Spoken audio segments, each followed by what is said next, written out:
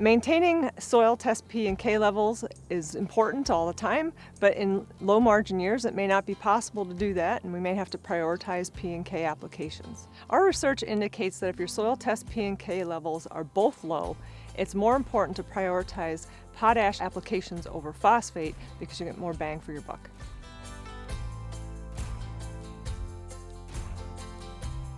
My name is Carrie Laboski. I'm a professor of soil science at University of Wisconsin-Madison. We decided to set up this P and K response study because I'd been receiving a number of questions from agronomists throughout the state, especially related to soil test K levels declining and trying to understand why that was happening.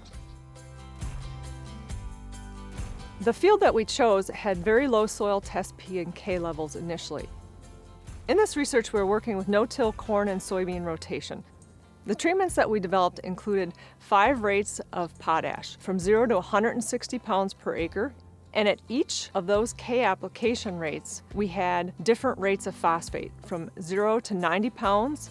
We randomly assigned a treatment to a plot, and that treatment stayed in that plot every year of the study. So that means we had 20 total treatments. For example, treatment number 7 is where we have 30 pounds of phosphate and 80 pounds of potash. We replicated each of these 4 times in the field.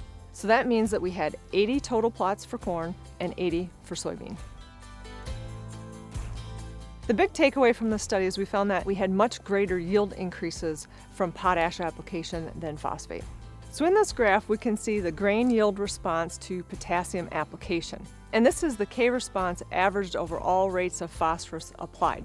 What we see is that as potassium application increases, that yield increases.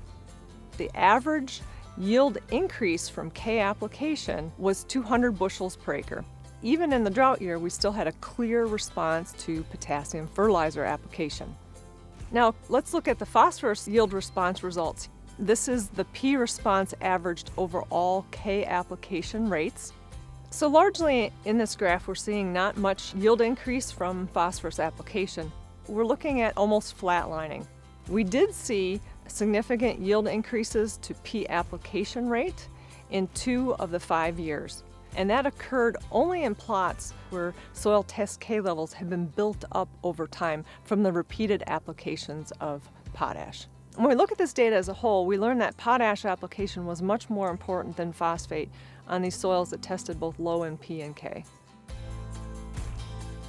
For soybean, we really didn't see much response to phosphorus at all. It was largely a potassium response. In this first photo, we're seeing the plots where there was no P and no K applied. You can see potassium deficiency showing up. This photo is showing where we've applied 90 pounds of phosphate and no potassium. And you can see there's really no visual differences between where there was no P applied. So it looks very similar to 0P, 0K. Now, if we make a comparison to where just potassium is applied, so 0P and 160 pounds of K, we can see that the plants are much bigger, they're closing the row, we do not see any potassium deficiency symptoms. Now, if we look at the treatment where we have the highest rates of both P and K, so 90 pounds of P and 160 pounds of K, you can see that it looks pretty much the same as 160 pounds of K without any P. So it doesn't have any improvement with the addition of P. The overall results of this study show that we shouldn't be skimping on potash. When both P and K soil tests are low, we really need to be investing in potassium. And when we think about this, it's a little bit counterintuitive for a lot of people because we think about our fertilizer analysis as NPK, and we often think that's the importance of the nutrients. But this research shows that perhaps for corn and soybean production, it's actually NKP. So as you're allocating your fertilizer dollars this fall, consider prioritizing potash to improve your profitability.